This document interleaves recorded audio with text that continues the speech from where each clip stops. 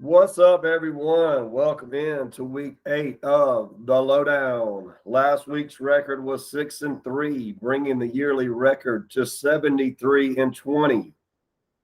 Upsets of the week went 1-1. Had Illinois over Minnesota early in the day, and then had USC over Utah, which USC barely lost that game, and they did lose. So that's now 6-3 on the year. Wanted to start off by saying, today's college football is about scoring points. You got to put the ball in the end zone. Let's just look at the 18 teams that are scoring 40 or more points in college football. 14 of them are in the top 25. So, and a number of them are in the top 10. So, scoring points is where it's at in today's college football. And yes, it does help to have a great defense. We all know that defense, still helps win championships. So, but you got to score points in today's college football. And there's a couple of teams like UCF, Washington, and some other teams that are close to being in the top 25, and they're scoring nearly 40 points a game. So, with that being said, let's move to the first game of the weekend, or one of the biggest games in the weekend. Syracuse at Clemson. Garrett Schrader, their quarterback for the Cuse. He's a former Mississippi State player, dual threat quarterbacks, thrown for 1,434 yards and 12 TDs with only 3 interceptions. He's also a good runner. So that could give Clemson some problems, entering that game. Sean Tucker's a dynamic running back for the Cuse. Sophomore wideout Oronde Gadsden, 6'5", 216 pounds. He's probably going to give Clemson's secondary problems. So I think this is going to be a good game. Clemson, Will Shipley there at running back's really having a good year. It's really starting to play well there in the backfield for Clemson. And, of course, TJ Galele is playing well as well. So I like Clemson in this game.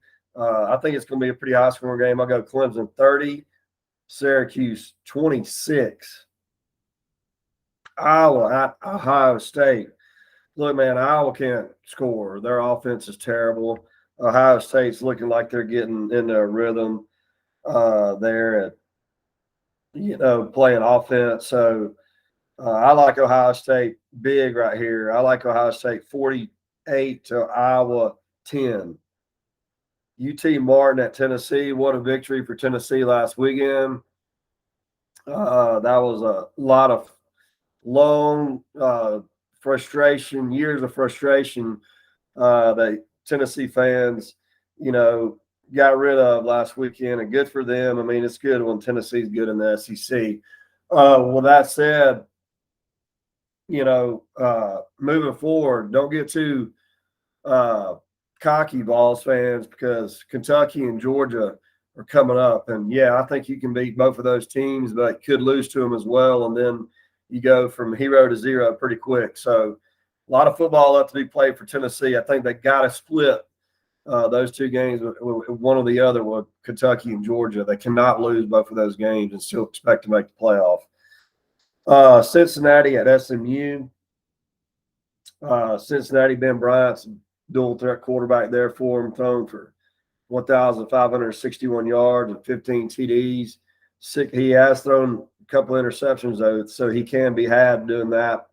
That's something that SMU is going to have to do, force some turnovers to beat Cincinnati. Tyler Scott's having a big year for the Bearcats there at wide receiver.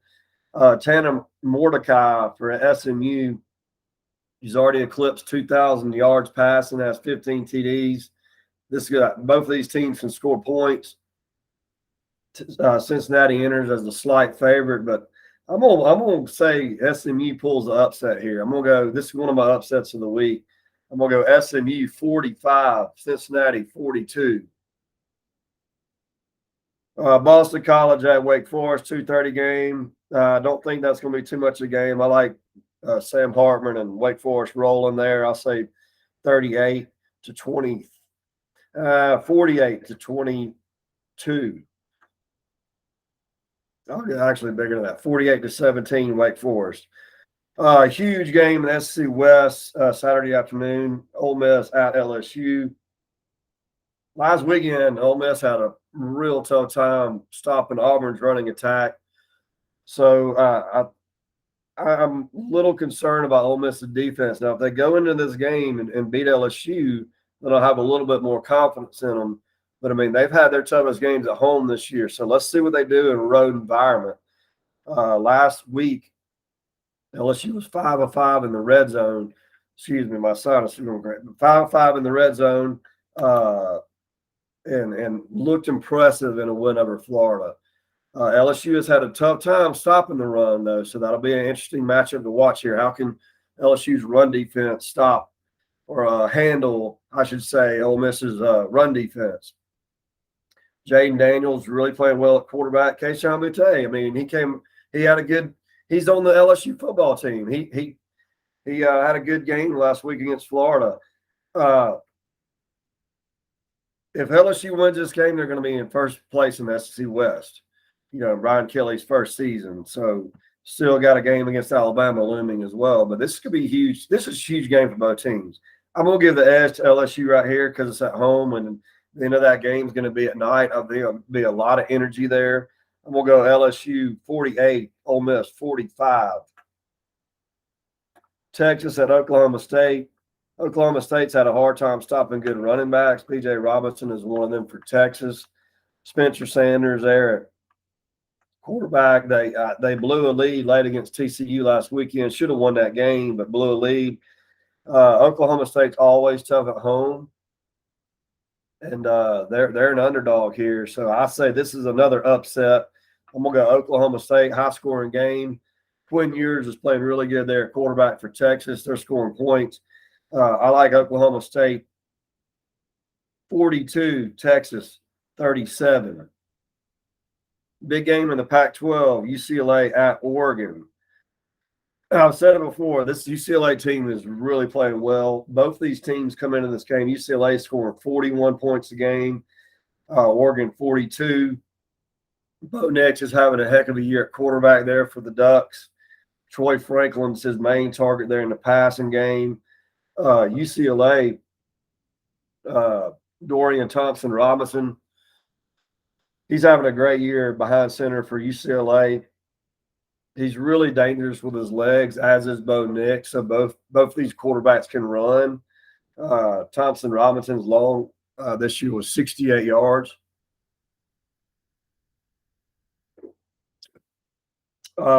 Jake Bobo, wide receiver, big wide out for UCLA, 6'5", 215-pounder. He graduated from Duke, so he's a smart kid. Zach Charbonnet is having another great year at running back for the Bruins. UCLA can get after the quarterback, and they make plays sacking quarterbacks. So Bo Nix, in years past has had issues with teams that can really rush the quarterback. So I'm gonna say I like this UCLA team. The minute I say this, we're going to beat them. But I like UCLA to go into Oregon and go into Eugene and pull the upset. I'm going to go UCLA 48, Oregon 42. Memphis at Tulane. Two good quarterbacks in this game. Michael Pratt, big kid for Tulane. Passed for 1,560 yards, 11 touchdowns, only 3 interceptions, has 4 rushing TDs on the season. Tulane's a pretty good defensive unit. I mean, they have a pretty good defensive unit, 17th in total defense in the country. Memphis, Seth Hennigan there at quarterback. He's thrown for 1,924 yards, 12 touchdowns. It's only 3 interceptions, has 3 rushing TDs on the season. I think this is going to be a very entertaining game. I think it goes down to the wire. But I think I'll give the edge to Tulane because of their defense. I say Tulane gets a win 42-34. Mississippi State at Alabama. Last week, Mississippi State, I don't really understand what they were doing on offense. They looked like they were trying to run too much, and Kentucky did a great job stopping the run and had a great scheme against them. But, I mean, Mississippi State's going to have to throw the ball to beat Alabama. I mean, and it showed last week that Alabama's vulnerable to good passing teams, and their cornerback play is just not as good as it has been over the past few years. And one thing Alabama too is 17 penalties. You can't have that many penalties. And I know the environment probably played a role into that, but that's just way too many penalties. And Will Riker, he's been Mr. Reliable the last couple of years, and he's just kind of slumping right now. So that's hurt the Tide in a couple of big games this year, not making field goals. But Bryce Young, they're not even in that game without him. I mean, the kid just proved last week. I mean, some of the plays that he made, some of the throws he made are unbelievable, and just showed why he's one of the best players in America. And I don't care how big he is; he's a special player. And but I think Alabama bounces back. I'll say Alabama 38, Mississippi State 17.